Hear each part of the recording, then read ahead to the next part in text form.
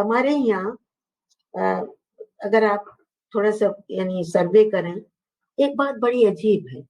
जो बच्चे बाहर रहते हैं, मैं 15 साल लंदन में रही हूँ, उससे पहले अबू धाबी में बहुत रही हूँ।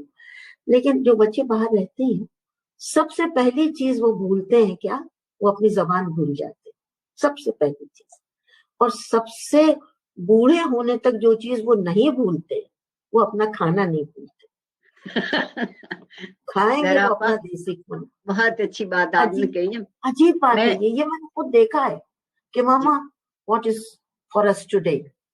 मामा वो बेचारी कहेगी कि पुत्र आज मैंने आलू गोश्त बताया सर। आलू गोश्त, वंडरफुल वंडरफुल।